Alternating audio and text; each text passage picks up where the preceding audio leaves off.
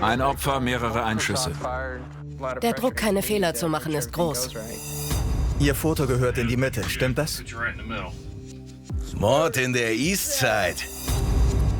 Sie erinnern sich nicht? Unfassbar, dass sie für ihn aussagte. Wir zeigen, was in den Wochen, Monaten und Jahren nach den ersten Ermittlungen passiert. Ich hätte mir gewünscht, dass mein Sohn mich beerdigt.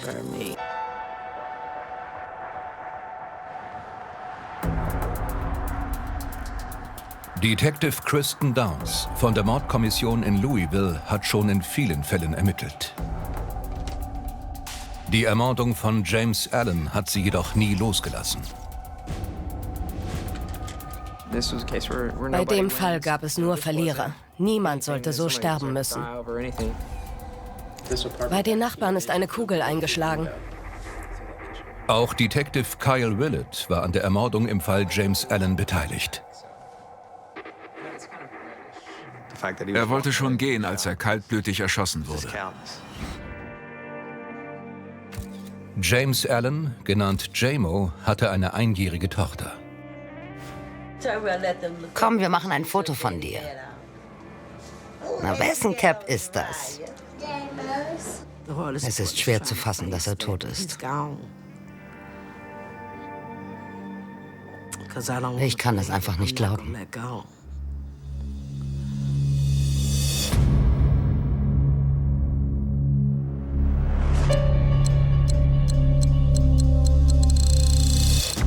Louisville. Die Nacht vom 4. Februar ist eisig. Kurz vor 23 Uhr fallen Schüsse in einer Sozialbausiedlung. Ein Mann wurde angeschossen, er liegt am Boden. Ist er bei Bewusstsein? Nein, er rührt sich nicht.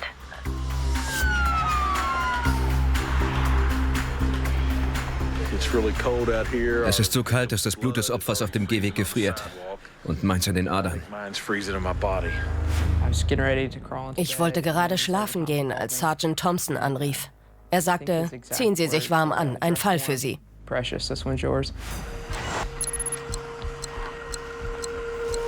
Es ist Downs zweiter Fall als leitende Ermittlerin.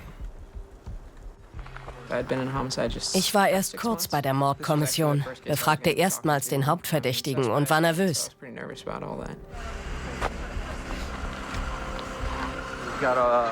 Ein Opfer, mehrere Einschüsse.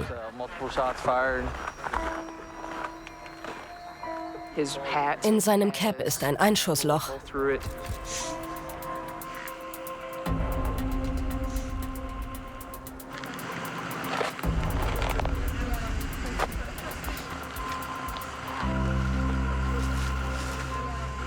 Na also. James Allen. Der Erschossene war erst 21 Jahre alt.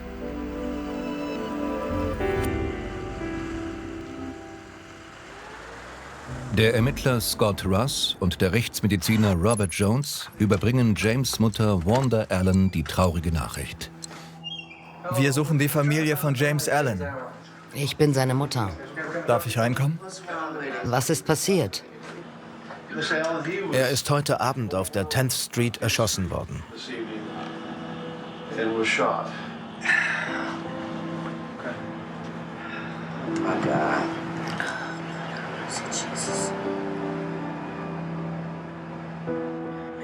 Hat er erwähnt, dass er Probleme mit jemandem hatte?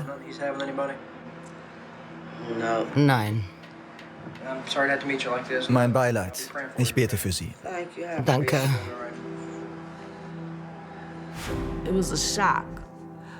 Es war ein Schock. Ich habe nie gedacht, dass ich ihn beerdigen muss. Ich hätte mir gewünscht, dass mein Sohn mich beerdigt.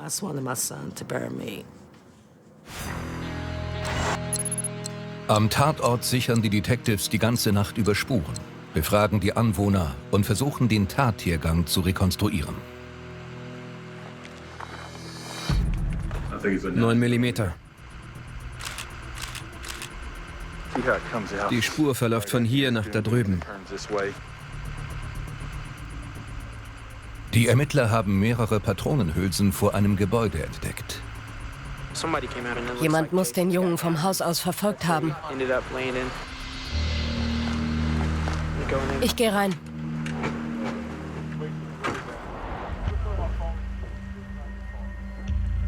Die Ermittlerin befragt eine Mieterin. Ist jemand bei Ihnen? Nein.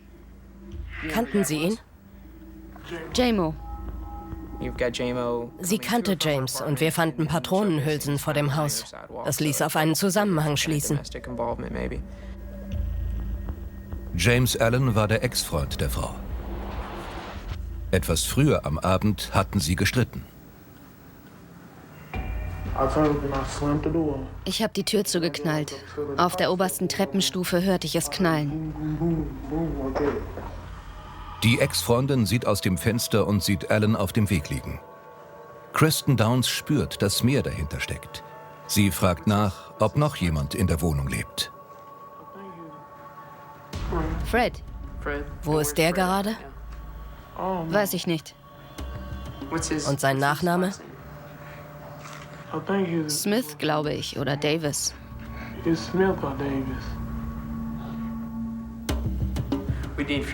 Geben Sie uns die Erlaubnis, die Wohnung zu durchsuchen? Ja. Kristen Downs fährt mit der jungen Frau in ihr Büro. Während sie befragt wird, durchsuchen Polizisten ihre Wohnung.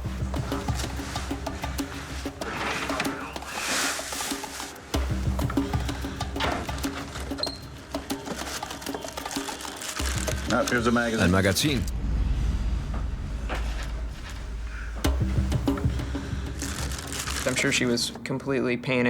Sie war vermutlich in Panik und dachte, dass niemand in der Flakes-Packung nachsehen würde. Aber in unserem Team sind ein paar ehemalige Drogenfahnder. Die überprüfen immer die Flakes-Schachteln.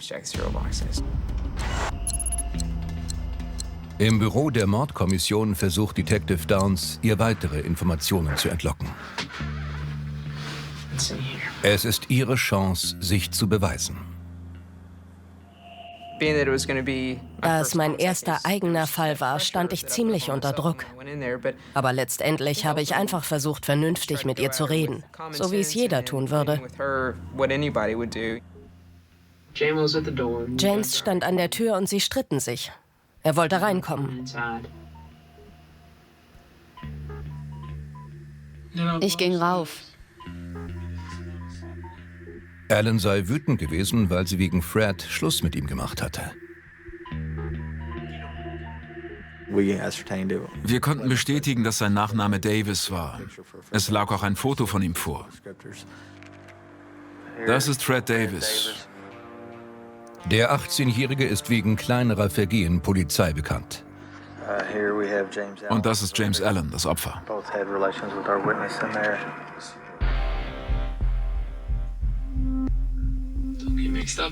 Machen Sie keinen Fehler. Denken Sie an Ihren Sohn. Wir haben ein Magazin in Ihrer Wohnung gefunden.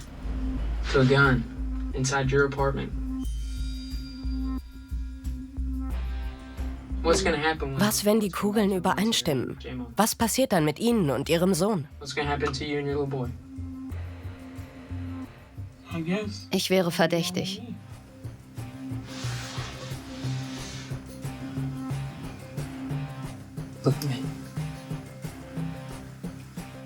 Helfen Sie uns, so gut es geht.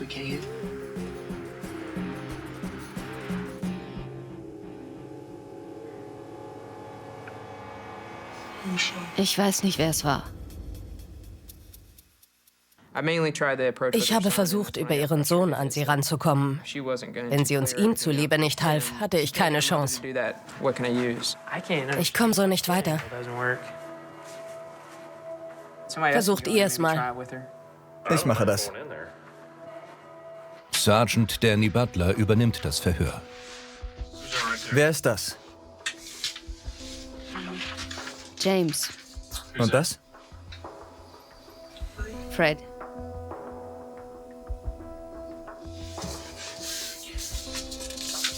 Ihr Foto gehört in die Mitte. Stimmt das? Wer hat ihn erschossen? Weiß nicht. Lieben Sie ihn? Ja. Aber ihn auch. Sie steckt in der Klemme. Sie hat 2 Freunde. Der eine ist tot. Und wenn es der andere war, ist sie den auch los.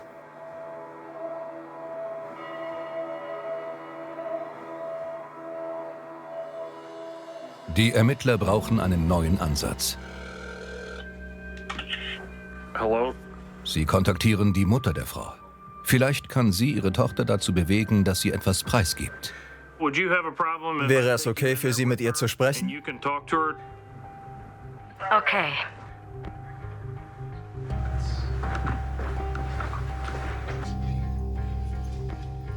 Sind Sie dran? Okay.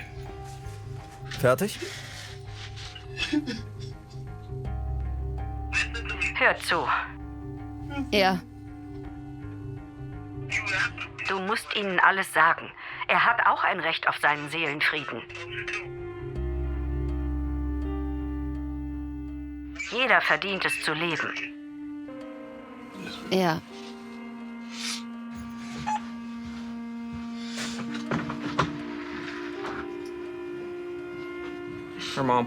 Ihre Mutter hat sie an James' Familie erinnert. Das hat sie wohl umgestimmt. In den frühen Morgenstunden des 4. Februar untersuchten die Ermittler der Mordkommission Louisville den Leichnam von James Allen. Allem Anschein nach ist er im Streit um eine Frau erschossen worden. Er war nicht oft auffällig geworden und nur wegen kleiner Verstöße. Er hatte eine große Familie, die ihm sehr nahe stand.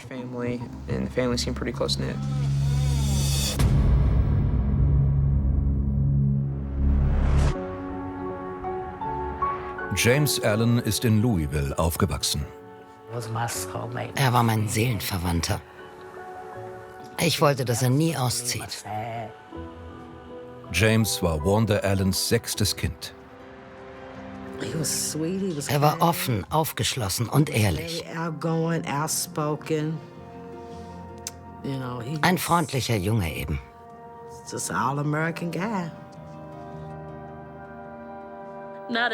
Jeden Tag hoffe ich, dass er an meine Tür klopft und "Hab dich lieb, Schwesterherz" sagt. So wie früher.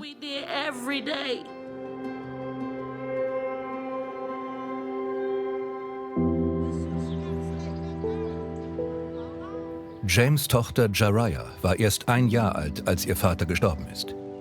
Die 3-Jährige erinnert die Familie immer an ihn. Den esse ich. Noch nicht. Jedes Jahr halten die Allens eine Gedenkfeier für James ab. Finger weg. Sie erinnert mich sehr an ihn. Er war immer für sein kleines Mädchen da.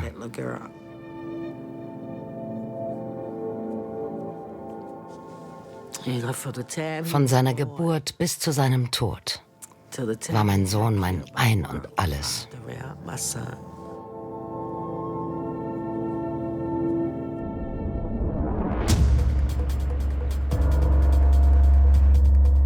Die Ermittler haben James' Ex-Freundin stundenlang befragt. Doch erst der Anruf ihrer Mutter bewegt sie zu einer Aussage.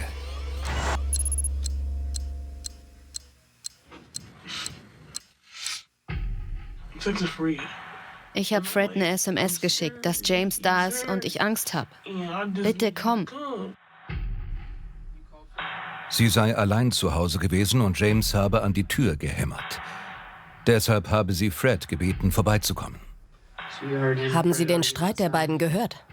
Ja, und dann Schüsse. 5 waren es.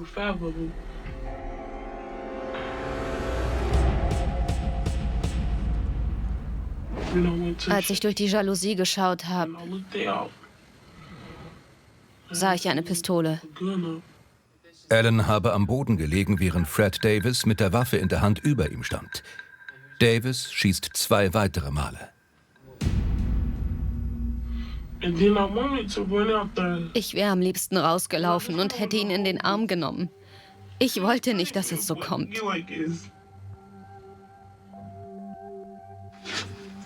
Bin gleich zurück.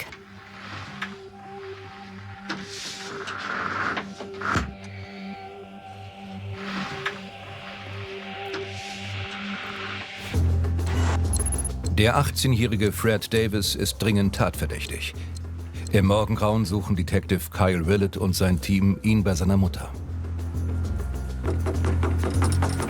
Police.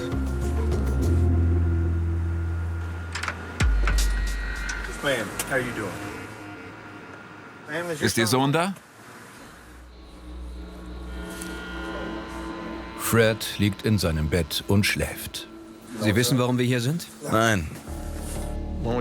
Als wir ihn sahen, wie er mit 2 kleinen Kindern in einem Bett schlief, kamen uns Zweifel.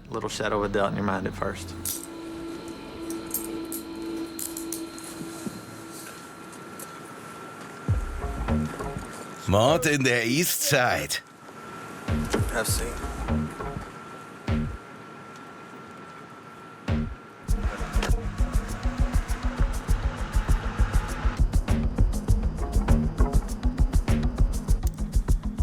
Mit Fred Davis hat Kristen Down zum ersten Mal Gelegenheit, selbst einen Mordverdächtigen zu vernehmen.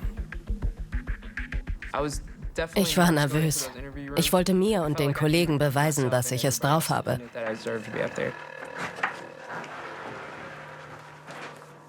Hello. How are you? Bin ich verhaftet oder wird gegen mich ermittelt? Sie sind festgenommen. Warum? Anfangs war ich sicher, dass es schwierig werden würde. Seine erste Frage war, ob er verhaftet sei. Deshalb dachte ich, er würde gleich einen Anwalt verlangen. Damit wäre ich raus gewesen. Was haben Sie gestern nach dem Aufstehen gemacht? Eine geraucht und aufs Klo gegangen. Soll ich das so aufschreiben? Ja. Und dann? War ich im Baumarkt. Das war's. Danach war ich zu Hause. Und wenn ich Ihnen sage, dass Zeugen Sie abends in der 10th Street gesehen haben? Die lügen. Wirklich? Downs versucht Fred aus der Fassung zu bringen und erkundigt sich nach seiner Freundin. Wir haben uns lange unterhalten. Dann wissen Sie ja, dass ich nicht da war. Eben nicht. Sie hat mir alles erzählt. Sie hat gesehen, wie Sie den Jungen erschossen haben. Hat sie das? Ja. Es gibt viele Leute, die mir ähneln. Aber niemand kann mich da gesehen haben. Nicht gestern Abend. Wirklich?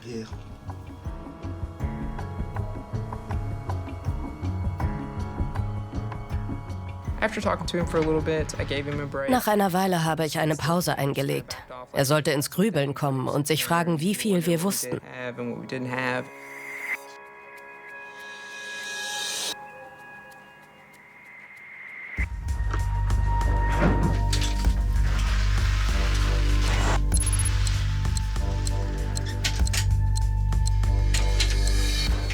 Ich habe noch ein paar Fragen. Kann ich eine rauchen? Dann bekommen Sie auch, was Sie wollen. Nach mehreren Stunden im Verhörraum ist Fred Davis endlich bereit zu reden. Da kam eine SMS. Sie war von seiner Freundin. Ich habe ihr geschrieben, wo ich war. Sie sagte, komm her, er ist da. Als ich hinkam, stand er an ihrem Fenster.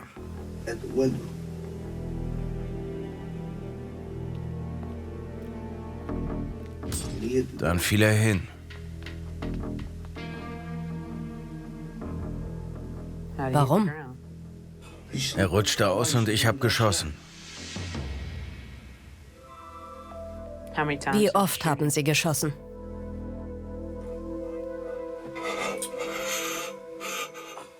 Siebenmal. About 7? Yeah.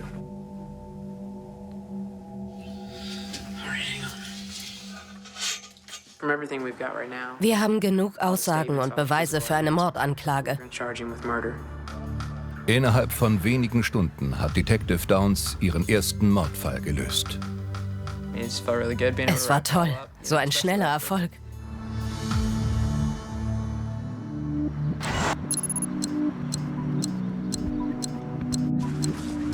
Fred Davis wird wegen Mordes an James Allen angeklagt. Auf dem Weg ins Gefängnis telefoniert er mit seiner Freundin. Geht's dir gut? Yeah, I'm alright. Is you Ja, alright? dir auch? Alright, man. Look, man. Weißt du, ich liebe dich. Ehrlich. Lass mich nicht hängen. Don't fuck over me. Klar. Alright. You done? Yeah. All right. Everybody's done.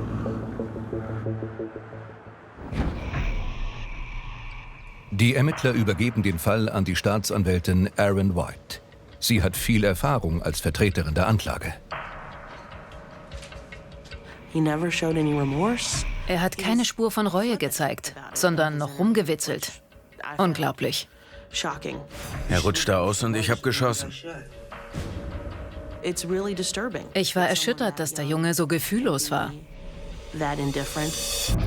Fred Davis wird beschuldigt, James Allen erschossen zu haben. Offenbar hatten beide eine Beziehung mit derselben Frau. Sie wollte, dass zwei Männer um sie kämpfen, damit sie sich begehrt fühlt. Leider hält Fred Davis mehr von Waffen als von Schlägereien. Das wurde Allen zum Verhängnis.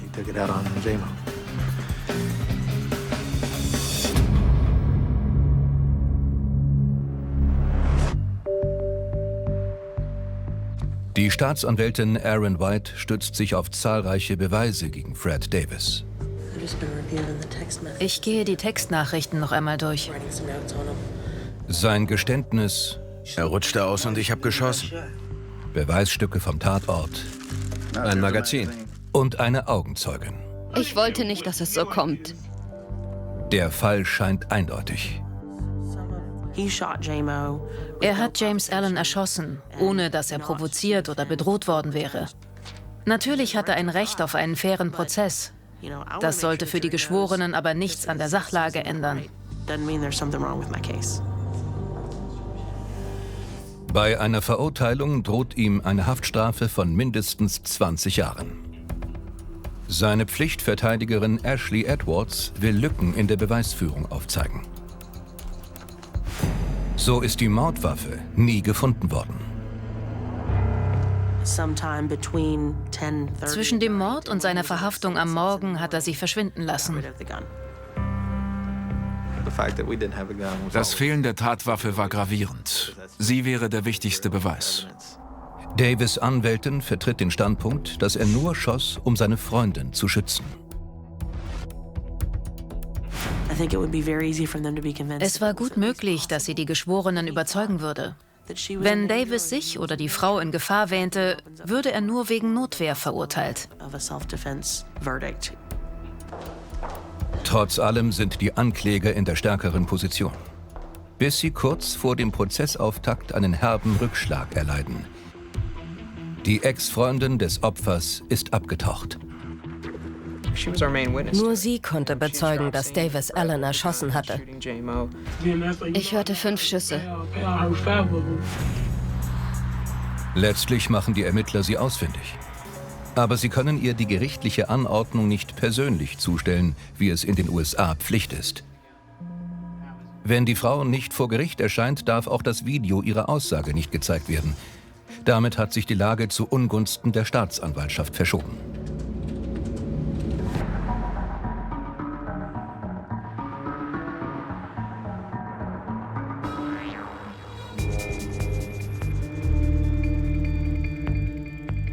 James Allens Familie musste 2 Jahre auf den Prozess warten.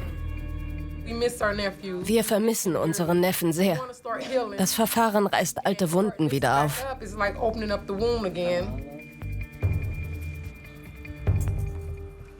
Am 15. Februar wird die Verhandlung eröffnet.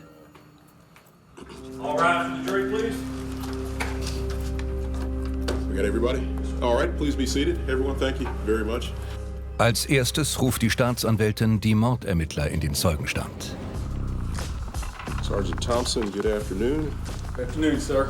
Sergeant Kevin Thompson hat bei Davis' Freundin zu Hause das Magazin der Mordwaffe gefunden. In der Schachtel lag das Magazin für eine 9 mm Halbautomatik. 14 Patronen waren noch drin. Es war genau die Munition, mit der Allen erschossen wurde. Das hat ihn schwer belastet. Miss Edwards? Wir verzichten aufs Kreuzverhör. Detective Scott Russ verdeutlicht, wie kaltblütig der Mord begangen wurde. Dieses Foto zeigt die Lage der Beweisstücke. Nummer 4 ist eine Patronenhülse. Nummer 5 ebenso. Nummer 9 ist ein Teil eines Projektils. Es war ein brutaler Mord. Er hat immer weiter geschossen. Die Tat war von Wut und extremer Gewalt geprägt.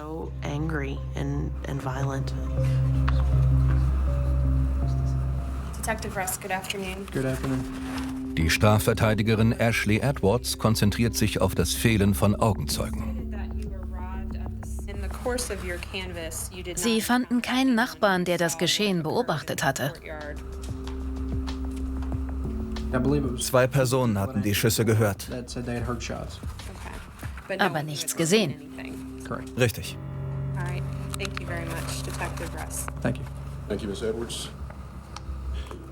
Der nächste Zeuge der Anklage? Detective Kyle Willett, bitte. Detective Willett hat viel Erfahrung als Zeuge vor Gericht. Please come forward and raise your right hand.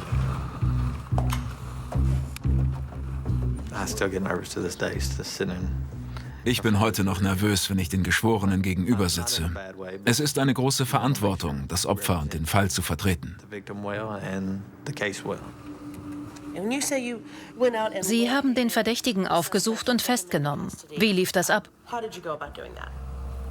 Wir fuhren zum Haus seiner Mutter. Die Adresse hatten wir aus seiner Akte. Dürfen wir vortreten? Detective Willett weiß, er hat einen Fehler gemacht. Die Adresse hatten wir aus seiner Akte. Die Geschworenen dürfen nicht über frühere Festnahmen informiert werden. Mir blieb das Herz stehen. Ich hoffte, niemand hätte es bemerkt. Ich hätte mich ohrfeigen können. Es tat mir sehr leid für Aaron White. Davis' Anwältin plädiert auf einen Fehlprozess. Sehr geehrte Geschworene, wir ziehen uns zurück. Ich bitte um Entschuldigung.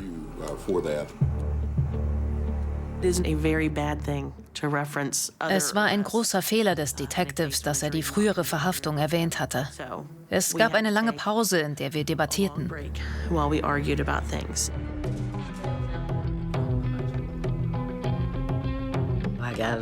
Ich war ziemlich frustriert. Die Anwältin suchte doch bloß ein juristisches Schlupfloch. Es fällt mir schwer hinzunehmen, dass man einen Mörder mit Samthandschuhen anfasst. Seine Anwältin machte zwar bloß ihren Job, aber wie konnte er da so ungerührt sitzen?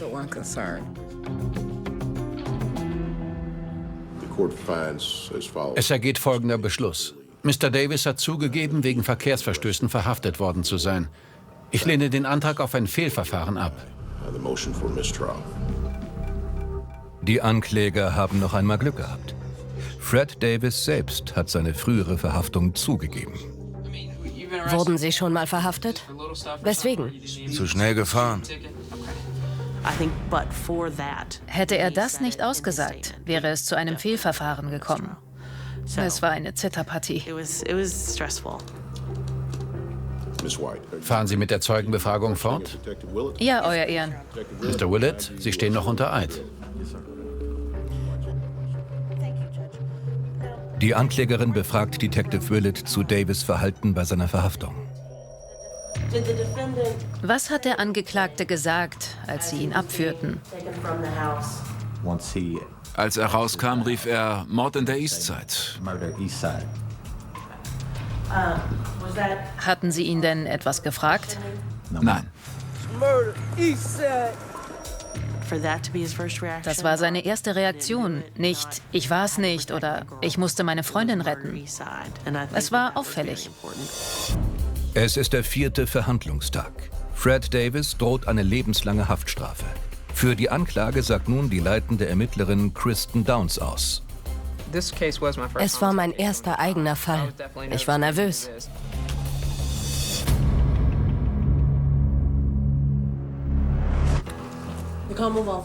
Die Anklage ruft Detective Downs auf. Detective Downs ist einer der wichtigsten Zeugen der Anklage. You swear or affirm that the testimony you're about to give will be the truth, the whole truth, and nothing but the truth, so help you God. Den Geschworenen wird nun erstmals das Video von Davis' Geständnis vorgeführt. Es ist nicht einfach, als leitende Ermittlerin auszusagen. Aber es ist die einzige Chance, alle Details anzuführen. Haben Sie den Angeklagten befragt? Ja. Gibt es Aufnahmen davon? Ja.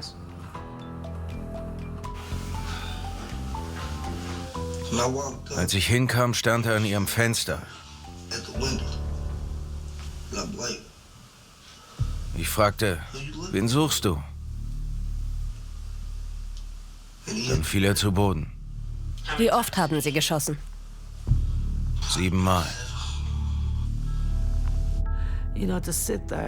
Ich musste mir anhören, wie er meinen Sohn umgebracht hat.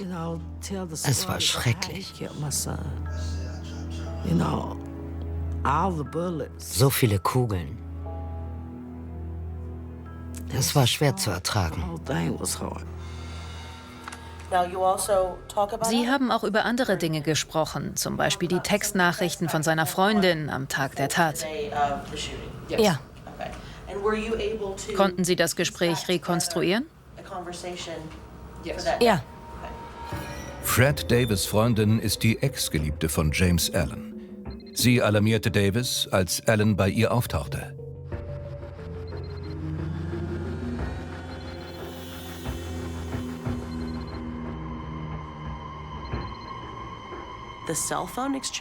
Die Textnachrichten waren ein zentrales Element. Sie belegten zweifelsfrei, dass es kein Hilferuf einer verängstigten Frau war. Miss Edwards, sind Sie bereit? Ja. Davis' Strafverteidigerin zweifelt an der Zulässigkeit seines Geständnisses.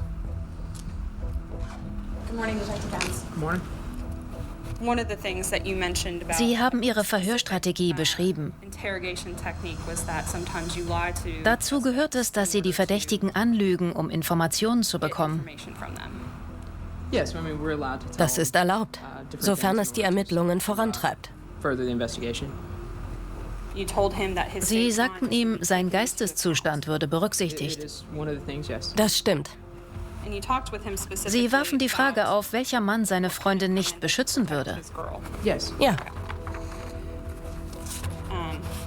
Nur ein Feigling.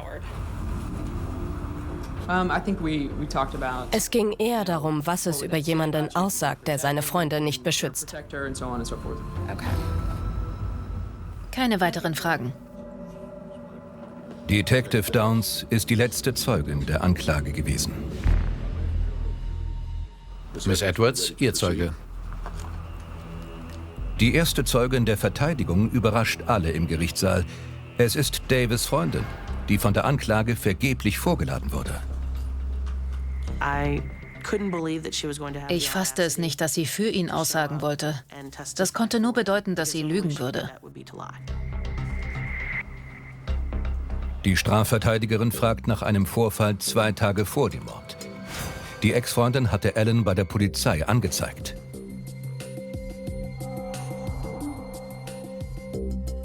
Was war passiert? Wir haben durchs Fenster gestritten. Er hat die Scheibe eingeschlagen und die Tür beschädigt. Die Polizei musste sie für mich öffnen. Ich konnte dort nicht bleiben. Die Tür musste ersetzt werden. Laut dieser Aussage musste Fred Davis seiner Freundin sehr wohl zu Hilfe eilen. War Fred an diesem Abend bei Ihnen? Nein. Hatten Sie Angst? Ja. Wovor hatten Sie Angst? Dass er wieder die Scheibe einschlägt und die Tür eintritt. Ich hatte Angst, dass er diesmal reinkommt. Haben Sie Fred kontaktiert, weil Sie Hilfe brauchten? Ja. Wussten Sie, was das nach sich ziehen würde? Nein. Keine weiteren Fragen. Danke. Miss White, Ihr Zeuge. Ja, bitte.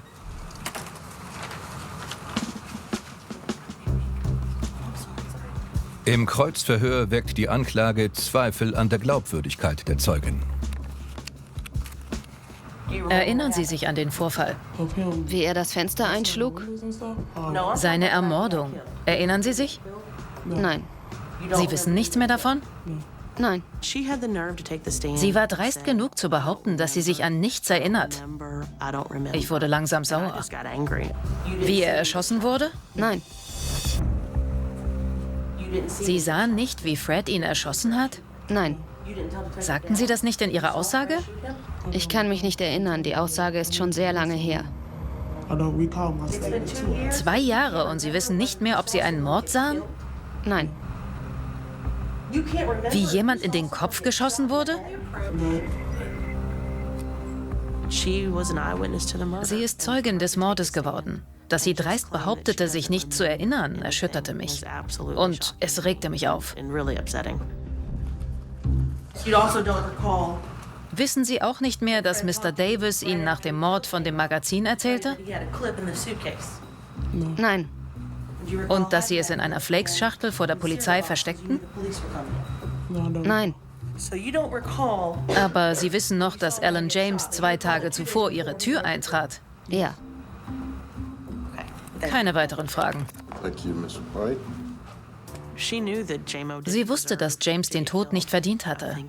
In den Stunden, nachdem er erschossen wurde, wollte sie noch das Richtige tun. Sie hat den Mord beobachtet. Leider hat sie sich dann entschieden, für Fred Davis auszusagen. Die Staatsanwältin ruft erneut Detective Downs auf. Sprach sie von Todesangst? Nein. Oder dass sie Angst hatte, James könnte einbrechen und sie verletzen? Nein, sie fühlte sich ziemlich sicher, weil die Tür abgeschlossen war. Die Zeugin hat gerade ausgesagt, dass James Allen sie an diesem Tag immer wieder angerufen habe. Er hätte fremde Mobiltelefone benutzt, weil sie die Nummer nicht erkennen sollte. Können Sie Ihre Aussage dazu bitte wiederholen? Liegt die Telefonliste von diesem Tag vor? Ja. Sie hat nur eine unbekannte Nummer. Gesprächsdauer 0 Minuten. Vielen Dank. Miss Edwards? Nein, danke. Danke, Detective Downs. Miss White, wer ist Ihr nächster Zeuge? Beweisführung abgeschlossen. Die Zeit für die Schlussplädoyers ist gekommen.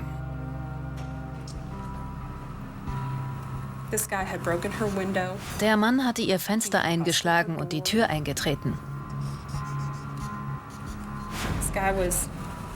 Er wollte sie einschüchtern. Ich schrieb Fred, er ist hier, ich habe Angst. Sie hatte Angst. Am 4. Februar vor 2 Jahren hat Fred Davis James Allen ermordet. Er hat es in seinen Textnachrichten angekündigt.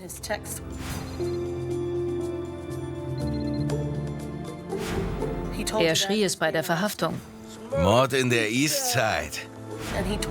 Und gestand es Detective Downs. Warum stürzte er? Er rutschte aus und ich habe geschossen. Der Angeklagte hat James Allen ohne jeden Grund ermordet. Sie sollten ihn schuldig sprechen.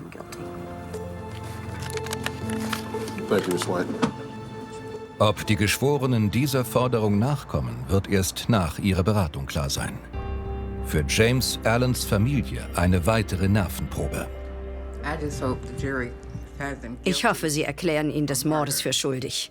Er hat meinen Enkel umgebracht. Nur so gibt es Gerechtigkeit.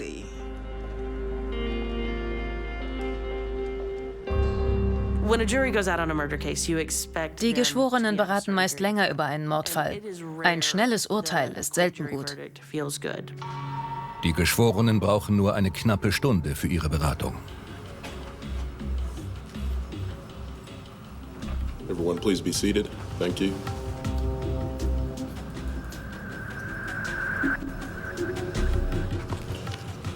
Urteilsformular Mord. Die Geschworenen befinden Frederick W. Davis für schuldig. Die Geschworenen erklären Fred Davis des Mordes für schuldig. Dazu kommen Strafvereitelung und Gefährdung der körperlichen Sicherheit. Die Staatsanwältin ertappte die Freundin mehrfach beim Lügen. Sie überzeugte die Geschworenen, dass Freds Version nicht stimmte.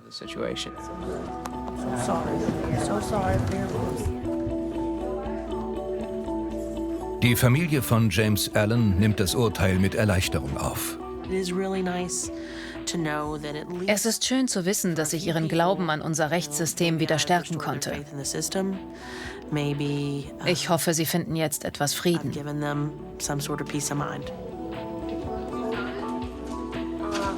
Ich bin so froh.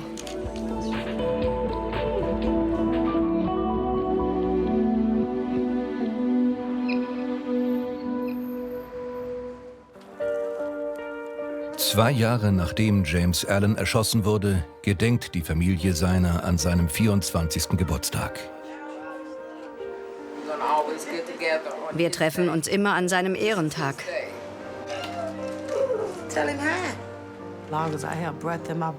Solange ich lebe, werde ich an ihn denken und den Geburtstag meines Sohnes feiern.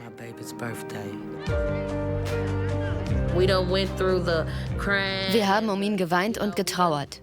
Jetzt feiern wir, dass er in Frieden ruhen kann.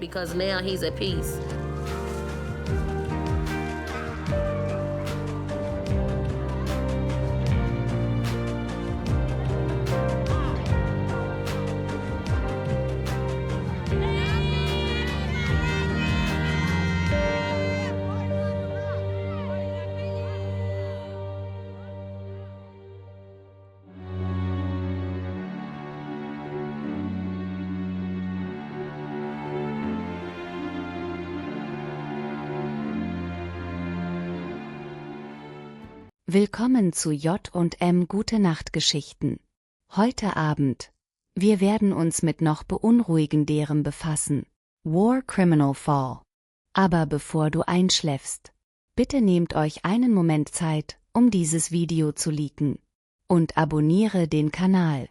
Schau mal rein. Eine unserer Playlists, um diese langen Nächte mit erholsamem Schlaf. Danke für. Ich schaue zu. Los geht's. Ein weißer Lieferwagen parkt ruhig in der Nähe eines Abgelagener Campingplatz in Wyoming. Darin geht es um das Leben einer jungen Frau. Zum Ende. Nur wenige Stunden zuvor war sie noch gewesen.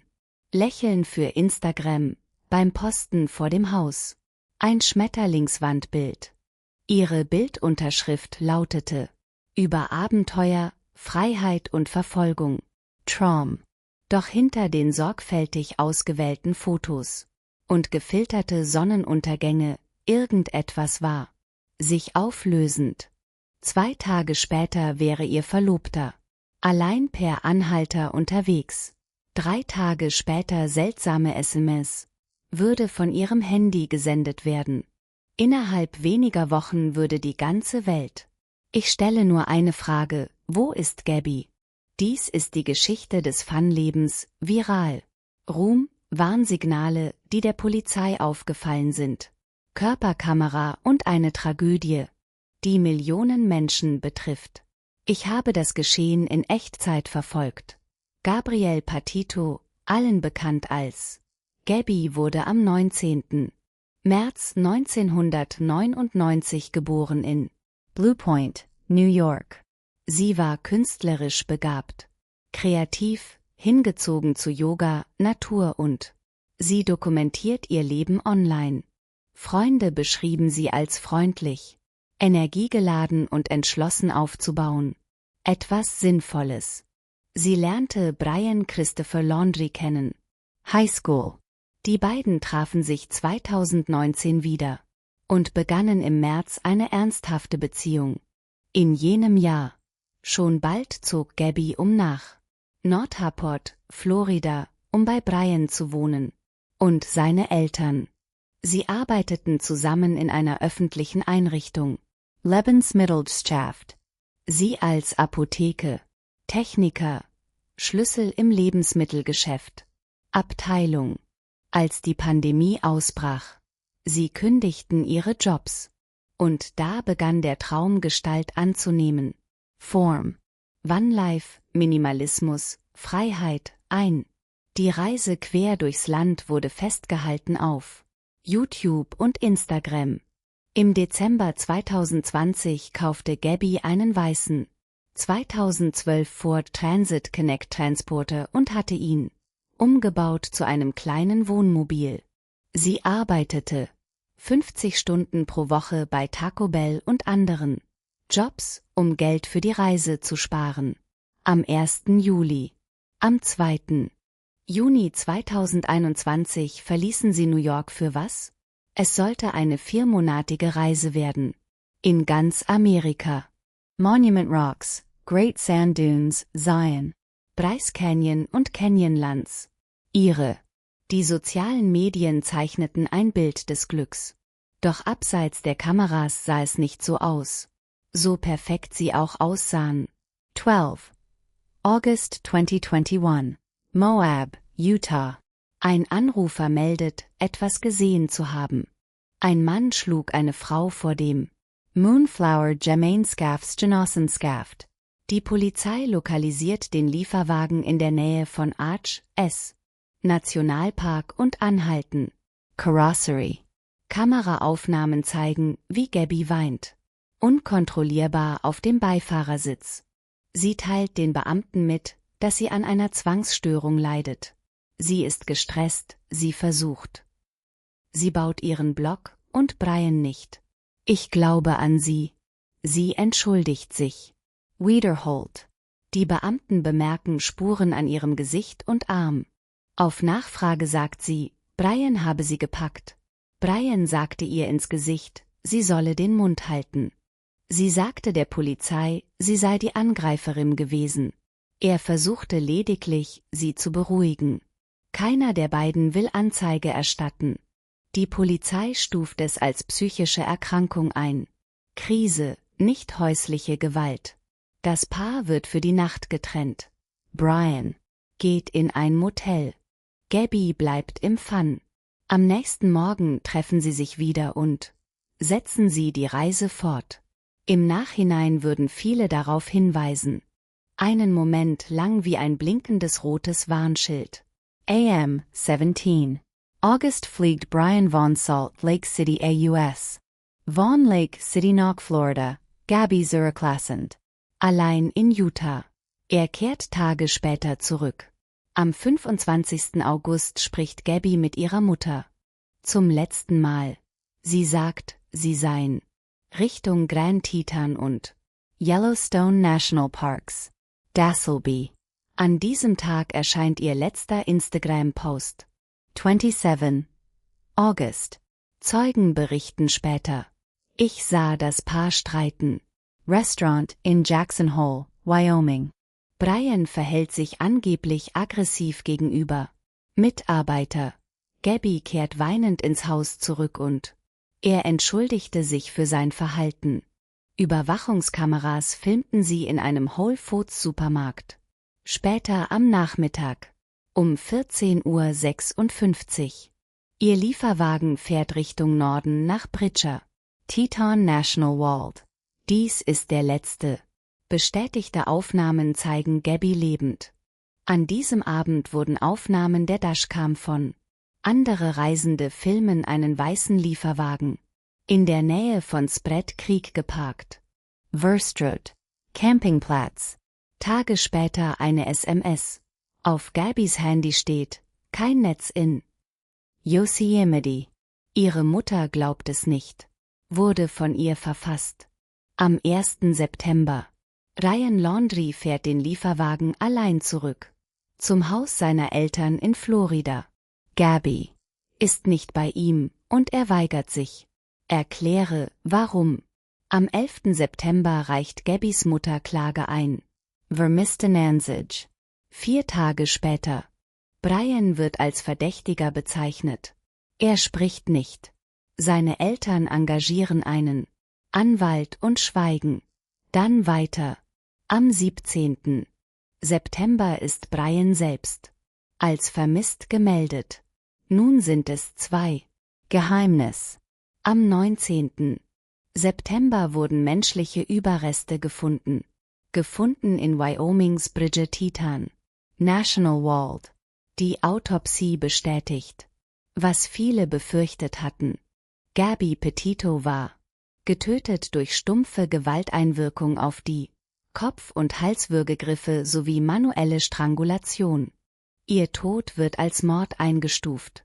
Die Suche nach Brian wird intensiviert. Wochen passieren.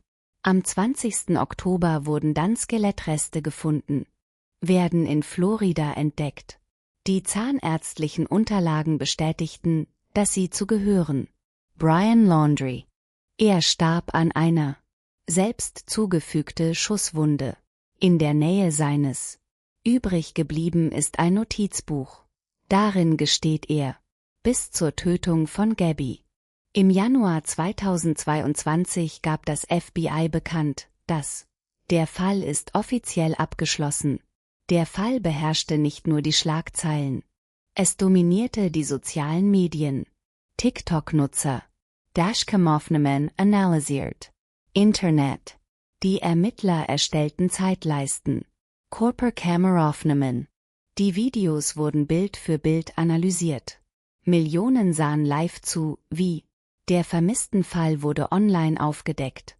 Der Kontrast war eindringlich. Gefiltert.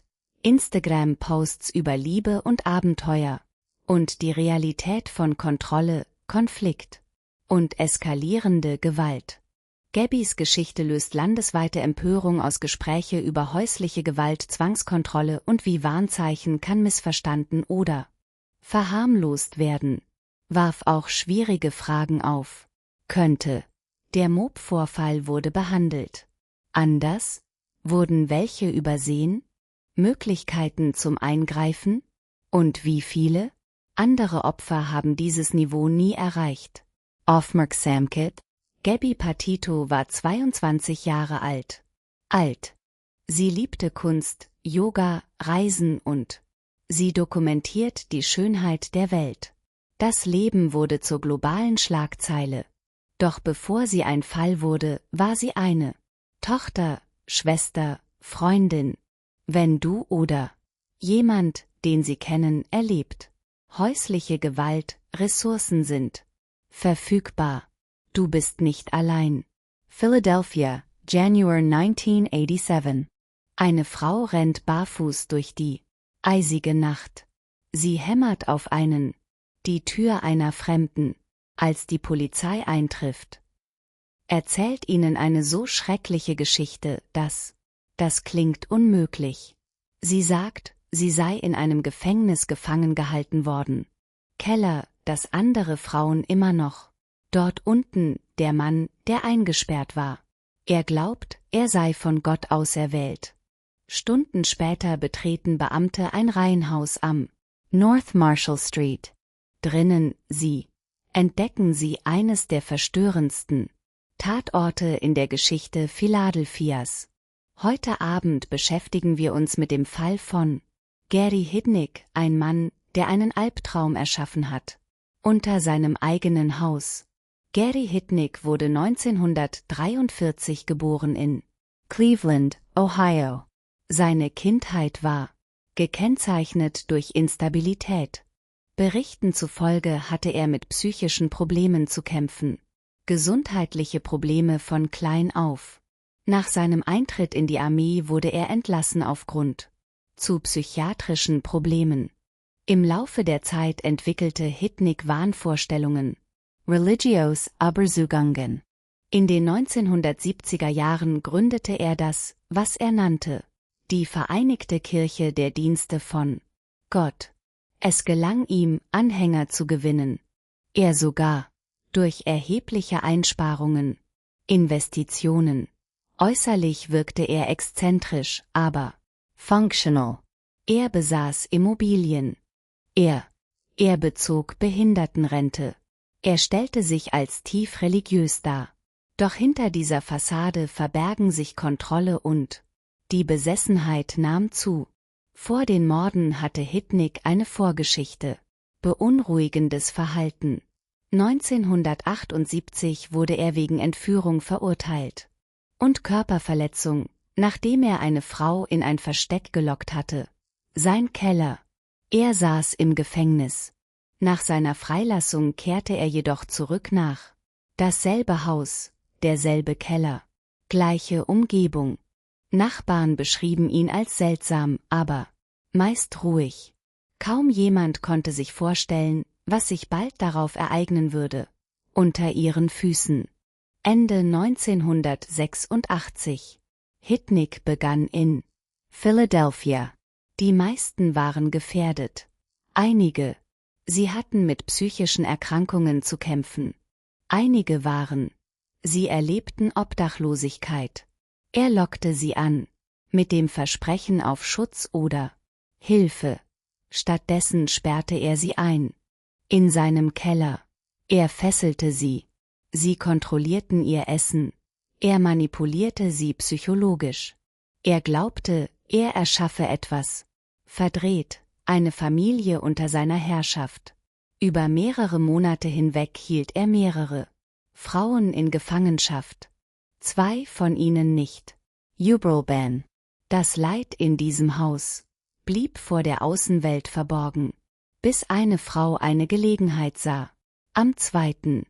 Januar 1987. Eine Gefangene, Josefina Rivera, überzeugt. Hitnick sollte ihr vertrauen. Sie versprach es. Loyalität, Gehorsam und als er kurz. Man ließ sie nach draußen, sie rannte weg. Ihre Flucht führte die Polizei direkt zum Haus. Die Beamten betraten den Raum und deckten Folgendes auf. Keller Gefängnis. Die Bedingungen waren schockierend. Frauen wurden lebend gerettet. Beweis bestätigte den Tod 2 Opfer. Sandra Lindsay und Deborah Dudley. Hitnick wurde umgehend verhaftet. Die Stadt ist real. Die Geschichte beherrschte die Schlagzeilen. Wie hatte das nur? Dies geschah in einem Reihenhaus auf einem gewöhnliche Straße. Der Prozess gegen Gary Hynek begann 1988. Seine Verteidigung stützte sich auf eine psychische Erkrankung. Er behauptete, unzurechnungsfähig zu sein. Die Staatsanwaltschaft argumentierte, dass trotz seiner Wahnvorstellungen, er verstand den Verbrecher, Art seiner Handlungen. Die Jury stimmte zu, mit der Staatsanwaltschaft. Er wurde in mehreren Anklagepunkten für schuldig befunden.